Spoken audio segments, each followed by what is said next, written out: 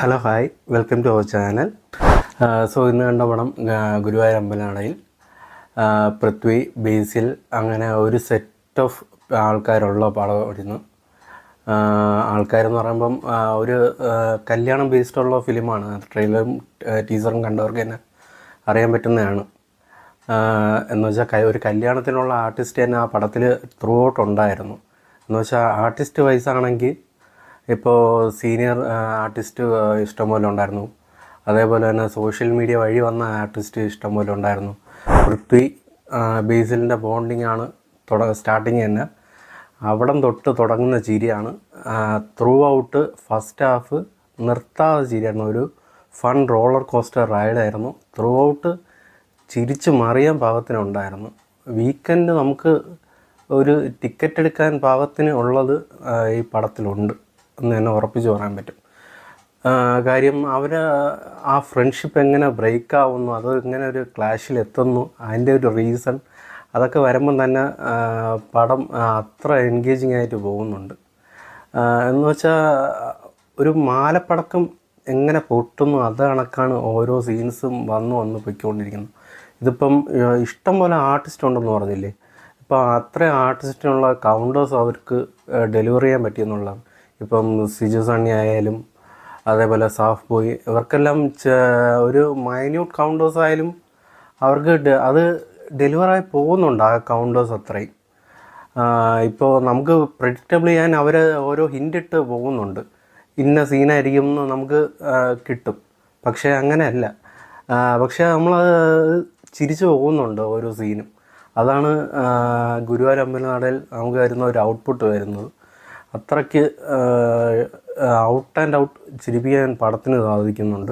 ഈ അടുത്തിടെ കണ്ടതിൽ ഏറ്റവും വെച്ച എൻ്റർടൈൻമെൻറ്റ് ക്വാളിറ്റി കിട്ടിയ ഒരു പടമാണ് ഗുരുവായൂർ അമ്പലനടയിൽ. കാര്യം ഞാൻ ഉറപ്പിച്ച് തന്നെ പറയും. കാര്യം ത്രൂ ഔട്ട് ചിരിയായിരുന്നു. ഞാൻ അത്ര ഒരു ഹൗസ്ഫുൾ ഷോ ആയിരുന്നു എന്ന കാര്യം. ആ ഓഡിയൻസിൻ്റെ കൂട്ടത്തിരുന്ന് ഫീൽ ചെയ്യുമ്പം തന്നെ നമുക്കറിയാൻ പറ്റും. മ്യൂസിക് സൈഡ് വന്നാലും K4 കൃഷ്ണ എന്ന് പറഞ്ഞൊരു പാട്ട് അജു പാടിയ അത് ഹിറ്റായിരുന്നു.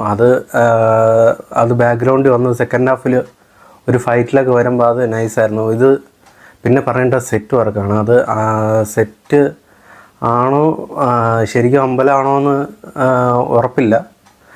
അത്രയ്ക്ക് പെർഫെക്ഷനായിരുന്നു സെറ്റ് വർക്ക് ചെയ്തു വച്ചിരിക്കുന്നതെല്ലാം. പിന്നെ ക്ലൈമാക്സ് എൻഡിങ്ങിലോട്ട് വരുമ്പോൾ ഒരു ഗോഡ് ഫാദർ വൈബ് വരുന്നുണ്ട്. ഈ ഗോഡ് ഫാദർ വൈബ്, ഞാൻ പറയുന്ന ഗോഡ് ഫാദർ നമ്മളെ സിനിമ, മലയാള സിനിമ അതൊരു ഗോഡ് ലെവൽ സാധനമാണ്. അതിനോടൊന്നും കമ്പാരിസൺ ഞാൻ ചെയ്യുന്നില്ല.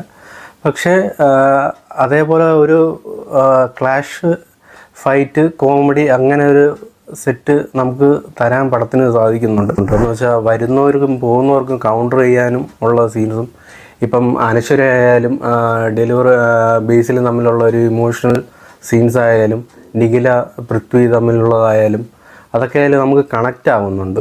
പിന്നെ ഉള്ളതെന്ന് വെച്ചാൽ പൃഥ്വിയും ഗുരുവായൂർ അമ്പലവും എന്തായാലും ഒരു റെഫറൻസ് കാണുമെന്ന് അറിയാം. എന്തായാലും നിങ്ങൾ പടം കാണുമ്പോൾ അത് മനസ്സിലാവും. പിന്നെ പടത്തിൻ്റെ ഒരു മെയിൻ പോസിറ്റീവ് എന്ന് പറയുന്നത് പഴയ പാട്ടുകൾ പ്ലേസ് ചെയ്തിരിക്കുന്ന ഒരു രീതിയാണ്. അതൊരു BGM കണക്ക് ഫൺ സൈഡായിട്ട് പടത്തിൻ്റെ ത്രൂ ഔട്ട് പോയിട്ടുണ്ട്. എന്ന് വെച്ചാൽ മെയിൻലി ഫസ്റ്റ് ഹാഫിലായിരിക്കും അത് ഹൈലൈറ്റ് ചെയ്തിരിക്കുന്നത്. എന്ന് വെച്ചാൽ ത്രൂ ഔട്ട് ഒരു ചിരി സമ്മാനിക്കാൻ ഓരോ സീൻ ബൈ സീനും പറ്റുന്നുണ്ട്. ഇപ്പോൾ പെർഫോമൻസ് വൈസ് പിന്നെ ഡോക്ടറായി വന്ന പുള്ളിയും അത്യാവശ്യം കൗണ്ടറും എല്ലാ കാര്യങ്ങളും, പിന്നെ അഖിൽ കൗലിയൂർ പുള്ളിയും അത്യാവശ്യം കോമഡിയും കാര്യങ്ങളൊക്കെ ചെയ്ത് മീൻസ് നമ്മൾ മാക്സിമം എത്ര 2 മണിക്കൂർ 20 മിനിറ്റ് ഉണ്ട്, അത്രയും നമ്മളെ എൻഗേജ് ചെയ്ത് ആ തിയേറ്ററിൽ ഇരുത്തുന്നുണ്ട്. സോ അടുത്ത കണ്ടതിൽ വെച്ച് ഏറ്റവും എനിക്ക് മനസ്സിന് ഒരു സന്തോഷവും ചിരിച്ചതും ഞാൻ ഈ പടമായിരിക്കും. സോ ഇതെൻ്റെ മാത്രം അഭിപ്രായമായിരിക്കും. സോ ഇത് തിയേറ്ററിൽ കാണാൻ മാക്സിമം ശ്രമിക്കുക.